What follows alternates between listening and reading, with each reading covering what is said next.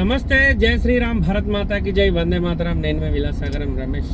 ఇప్పుడే తెలంగాణ హైకోర్టు ఒక తీర్పు ఇచ్చింది. ఆ తీర్పు విన్న తర్వాత చాలా మంచిగా అనిపించింది. 2013లో జరిగిన దిల్సుఖ్ నగర్ బాంబ్ బ్లాస్ట్లో చనిపోయిన వాళ్ళందరి ఆత్మలకు ఈరోజు శాంతి ఖచ్చితంగా కలిగినట్టే. ఎందుకంటే ఆ బ్లాస్టింగ్లో చనిపోయిన వాళ్ళు తెలంగాణలో, కానీ ఆ బ్లాస్టింగ్కు పాల్పడ్డ వాళ్ళు తెలంగాణలో ఎవరు లేడాలి.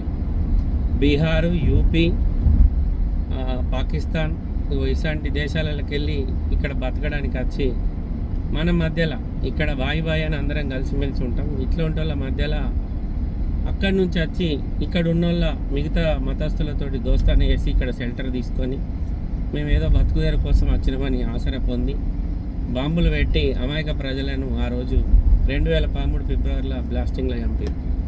వాళ్ళందరికీ ఈరోజు మన హైకోర్టు మరణశిక్ష విధించింది.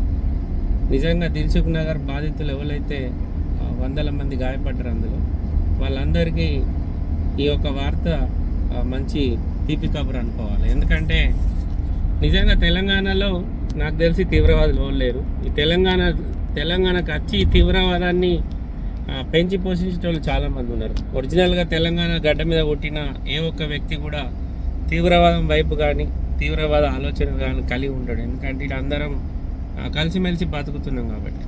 కొంతమంది దుర్మార్గులు వేరే రాష్ట్రాలు, బీహారు, ఉత్తరప్రదేశ్, అక్కడ ఎక్కడెక్కడలో ఇప్పుడు ఆ శిక్ష పడ్డ వాళ్ళు అందరూ మన తెలంగాణలో లేరని అంత అదర్ స్టేట్ నుంచి వచ్చి ఇక్కడ చిన్న చిన్న వ్యాపారాలకు లెక్క మొదలు పెట్టుకొని పెద్ద పెద్ద ఇన్సిడెంట్స్లు బాంబులు పెట్టి మళ్ళీ ఏం తెలియనట్టు రాత్రి ట్రైన్ ఎక్కి పారిపోయే బాపతీయాలి. ఇసొంటి వాళ్ళకి షెల్టర్ ఇచ్చి మంచి వాళ్ళు లైఫ్లు ఖరాబ్ చేసుకున్న వాళ్ళు కూడా ఉన్నారు. అందుకే మన ఏరియా కూడా కొత్తగా వచ్చి ఆడు ఏ మతస్థుడు అన్నా కానీ కొత్తగా వచ్చి నేను బతకడానికి వచ్చినా, నేను చిన్న బిజినెస్ పెట్టుకుంటా అంటే ఎవరిని నమ్మకుర్రి, ఎవరికి షెల్టర్లు ఇచ్చి మన తెలంగాణ ప్రజల పానాలు తీయకుర్రి, మీ పానం మీదకి తెచ్చుకోకుర్రి. ఓకే సార్, నమస్తే, జై శ్రీరామ్.